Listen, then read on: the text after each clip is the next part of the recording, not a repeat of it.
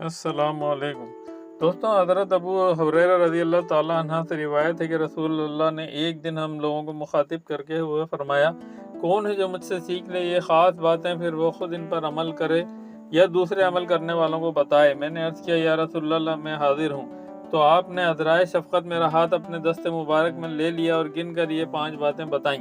پہلی، جو چیزیں اللہ نے حرام قرار دی ہیں ان سے بچو اور ان سے پورا پرہیز کرو، اگر تم نے ایسا کیا تو تم بہت بڑے عبادت گزار ہو۔ دوسری بات آپ نے فرمائی کہ اللہ نے جو تمہاری قسمت میں لکھا ہے اس پر راضی اور مطمئن ہو جاؤ، اور اگر ایسا کرو گے تو تم بڑے بے نیاز اور دولت مند ہو جاؤ گے۔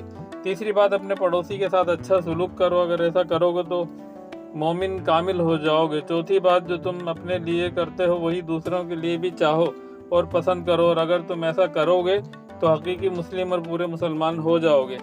پانچویں بات، زیادہ مت ہنسا کرو کیونکہ زیادہ ہنسنا دل کو مردہ کر دیتا ہے۔ دوستوں، بہت پسند آئی ہو تو لائک، شیئر اور سبسکرائب ضرور کیجیے۔